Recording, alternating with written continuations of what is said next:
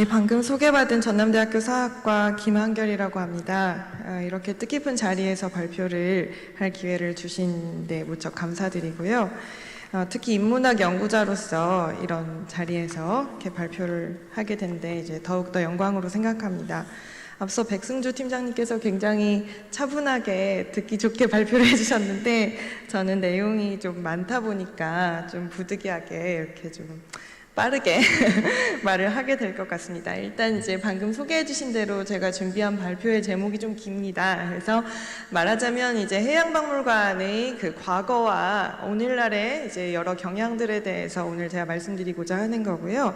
그래서 이제 크게 두 가지 파트로 구성되어 있다고 할 수 있는데, 첫 번째는 바다를 향한 그런 인류의 호기심과 모험에서 사실은 근대적 박물관 또 그 전시와 컬렉션의 어떤 효시를 찾을 수 있다라는 역사적 분석입니다. 그리고 두 번째는 박물관이 오늘날 다시금 바다를 또 이 바다를 통해서 더 넓은 세계를 포용하고자 하는 그런 경향을 전시를 통해서 주목하고자 하는 부분으로 이렇게 구성이 되겠습니다. 그래서 이제 첫 번째로 말씀드리고자 하는 내용인데요. 그러니까 인류 문명의 발전이 바다와 또 바다 그 너머의 세계에 대한 호기심과 그 탐험으로부터 상당 부분 촉발되었음은 사실 이미 주지의 사실일 것입니다. 서양에만 국한해서 말하더라도 지중해 문명의 발전부터 근대의 대항해 시대와 또 해상 제국 전설로까지 이어진 역사가 있죠. 그래서 이제 그 바다를 통해서 건너온 이국의 문명과 또 희귀한 어떤 바다 생물의 표본 등을 수집하고 분류한 행위, 그 취미이자 어떤 전통이 곧 자연사라는 학문의 성립을 이제 그 촉발하게 됩니다. 그래서 그 자연사라고 하는 과학적 학문의 그 이론을 바다에서 수집한 여러 물질의 분류와 배열 또 전시를 통해서 시각화하고 전파 그리고 이를 통해서 교육을 돕는 기관이 이제 그렇게 만들어진 기관이 바로 이제 박물관, 특히 그 중에서도 자연사 박물관과 해양 박물관 또는 수족관 등과 같은 그런 기관이라고 할 수 있다는 것입니다. 자연사라고 하는 학문은 사실 오늘날 조금 생소한 이야기일 수도 있겠는데요. 이제 18세기에 유럽에서 굉장히 크게 발전하였고 19세기 말이 되면 이것이 오늘날 우리가 아는 생물학, 지질학, 광물학 또는 동물학 등의 이제 여러 가지 그 학문 분야로 분화되게 됩니다.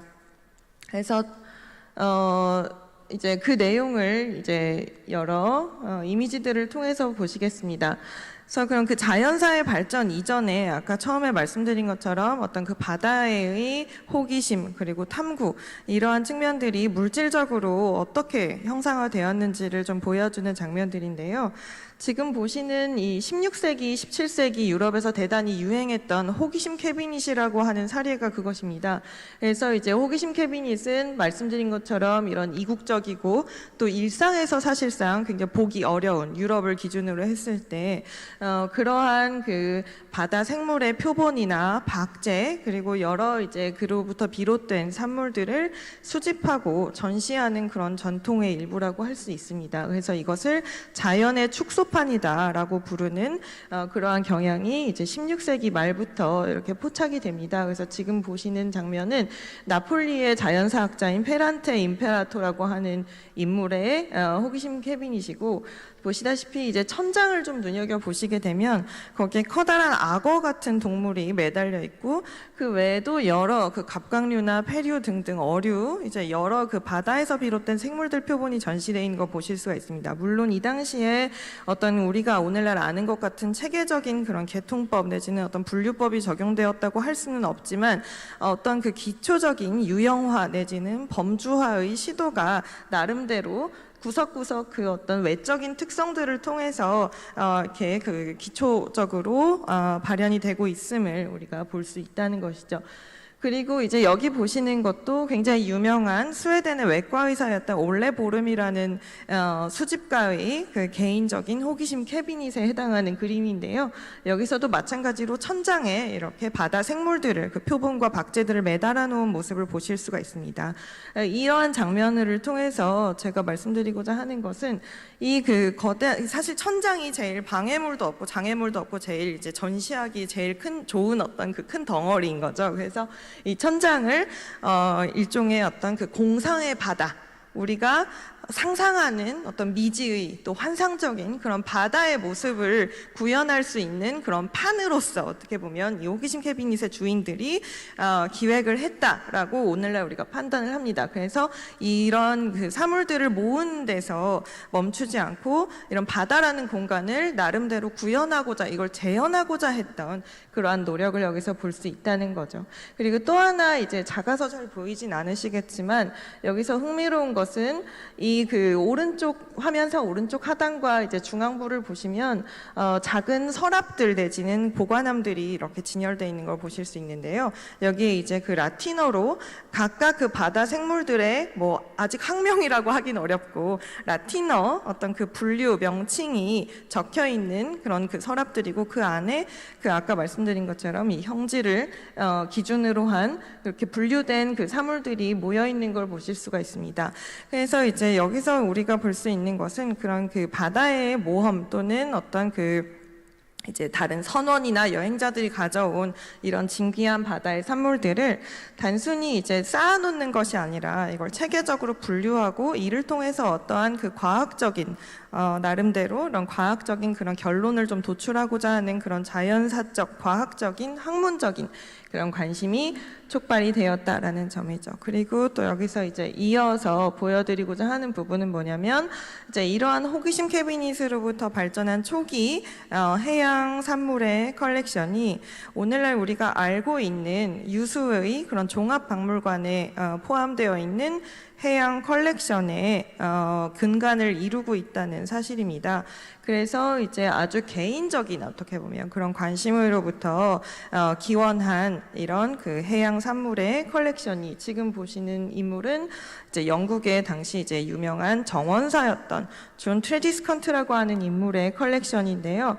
여기 이제 제가 영어로 부득이하게 적어놨지만 그 오늘날 옥스퍼드 대학교의 대학박물관으로 기능하고 있는 애쉬몰리언 박물관에서 그 해양 산물 컬렉션의 이제 대부분을 지금 이 트레디스컨트의 컬렉션이 차지하고 있다는 점을 이제 말씀드리고자 했습니다. 이거는 이제 그 트레디스컨트가 실제로 만들었던 그 과거에 영국 최초의 자연사 박물관이라고 일컬어지는 방주라는 이름의 그 박물관을 오늘날 과거 모습대로 재현한 사진입니다. 지금 여기 보시는 이 초상화에서의 그림과 거의 일치하는 모습이죠. 네, 그 시간상 좀 뛰어넘고 르네상스 말기에 이제 이렇게 오스트리아의 한 그 암브라스 성이라고 하는 곳에도 호기심 캐비닛이 있었는데, 여기서도 나름대로 이 그 산호라는 그 주제, 산호라는 이 그 사물들을 가지고 굉장히 우리가 여기서 어떤 뭐 체계를 얘기한다기보다는 이 가운데 이런 그 진열장을 봤을 때 어떤 그 바다라는 공간을 이렇게 시각화하고자 한, 이것을 재구성하고자 한 그런 사례로서 언급할 수 있을 것 같습니다.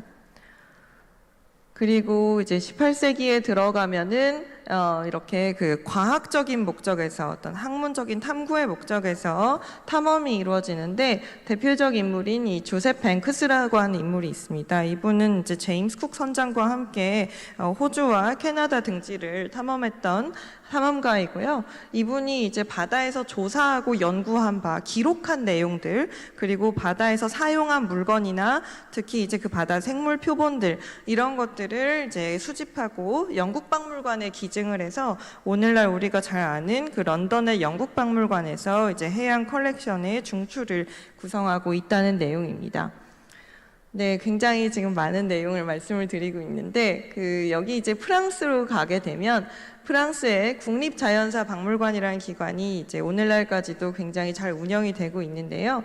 그 이제 여기서도 이 뷔퐁이라고 하는 그 초기에 이 박물관 관장을 맡았던 인물이 개인적으로 이런 그 해양 산물을 가지고 이 표본과 박제들을 가지고 이렇게 그 바다의 모습을 구현한 모습을 볼 수가 있습니다. 이게 18세기 중반이고요.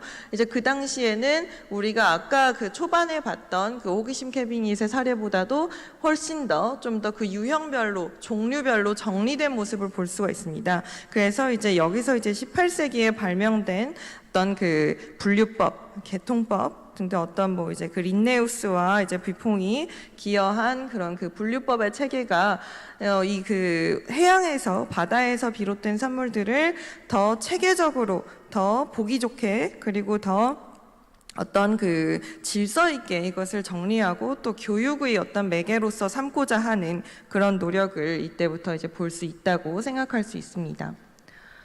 네, 그래서 이제 이러한 그 전통을 거쳐서 만들어진 오늘날 이제 해양박물관, 자연사박물관, 그리고 여러 이제 수족관들의 그 최근 전시 경향에 대해서 남은 시간 동안 짧게 말씀을 드리자면 또 이제 다음 발표들에서 이제 또 더 구체적인 말씀들을 들을 수 있을 것 같은데요.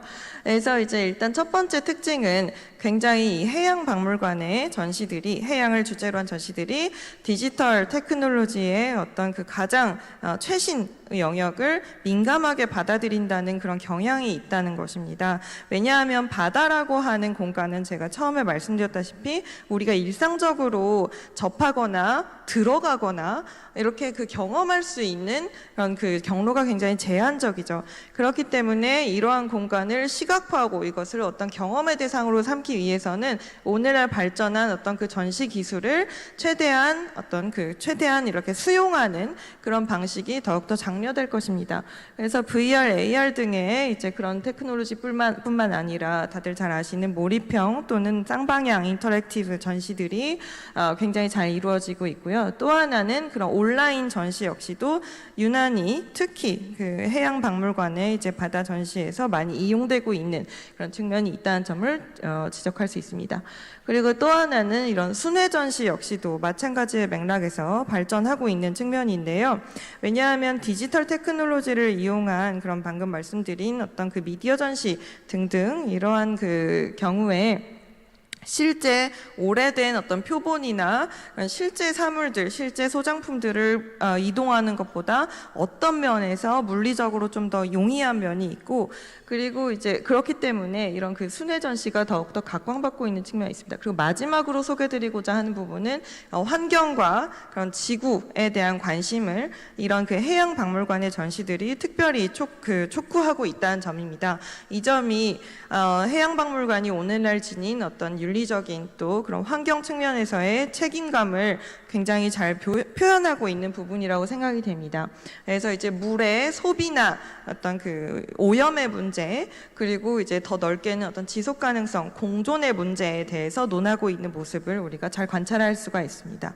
지금 보시는 이제 장면은 이제 전통적인 해양 박물관의 역사와 조금 더 결부되는 부분인데요. 지금 보시는 암스테르담의 경우와 같이 해양의 역사 또는 이것과 관련된 그러니까 삶의 터전으로서의 바다를 묘사한 어떤 문명사적 접근 또 이제 그런 그 역사적 고고학적 접근 등등이 이제 이루어지고 있는 일종의 전통적 전시라고 할 수 있는데 여기서도 이제 최근에 아주 최근은 아닙니다만 굉장히 심미적으로도 만족스럽고 굉장히 이제 새로운 경험을 가능케 하는 그런 전시 디스플레이를 보여주고 있어서 가지고 왔습니다. 그런데 오늘날 그 방금 소개해 주신 국립해양박물관, 우리나라의 국립해양박물관에서도 굉장히 뒤지지 않는 멋진 그런 상설 전시들을 보실 수 있긴 합니다. 그리고 지금 보시는 캘리포니아의 몬터레이베이 수족관에서는 이렇게 우리가 정말 볼 수가 없는 그런 그 심해의 어류, 생물들을 이렇게 온라인 전시로 잘 보여주고 있는데요. 사실 제가 동영상을 가지고 오진 못했지만 이것들이 하나하나 다 동영상으로 재생이 되면서 굉장히 화려하면서도 이색적인 그런 경험을 하게 해줍니다. 어떤 그 순회 전시의 사례로서 보시는 것이 이제 프랑스 해양부가 만들어서 유럽에 지금 이제 순회하고 있는 전시고 미디어월과 360도 이제 스크린을 사용한 이런 전시를 통해서 이런 어떤 체험을 가능하게 해줍니다. 국내에서도 순회하고 있는 바다 미지로의 탐험이라고 이제 이름으로 전시가 되고 있는 내용이고 프랑스 국립자연사박물관의 작품입니다. 제임스 카메론 감독의 몰입형 영상 또 이제 이거는 이제 아까 말씀 나왔지만 심연의 상상이라는 국립 해양박물관의 작품. 또 마지막으로 이런 그 해양 보존을 위한 캠페인이 이루어지고 있다라는 점을 몬터레이 그 수족관과 오스트레일리아 국립해양박물관의 사례를 통해서 말씀드리고자 하는데요. 끝으로 이제 결론을 내자면 이렇게 그 해양박물관의 역사와 최근 경향을 살펴봄으로써 다시 얘기해서 박물관이라는 주제를 쭉 따라가 보는 것만으로도 인류의 바다에 대한 인식과 태도를 관찰할 수 있다고 저는 보았고요. 바다는 무한한 가능성의 영역이자 또 보존되고 지속되어야 하는 공생해야 하는 존재입니다. 그래서 박물관이 이처럼 전시를 통해서 오늘날 이러한 경향의 어떤 천병 역할을 한다는 것이고, 마찬가지로 해양박물관의 역량과 앞으로의 어떤 그 문제의식을 더욱더 기대해 볼 만하다는 것입니다. 들어주셔서 감사합니다. 여기서 마치겠습니다.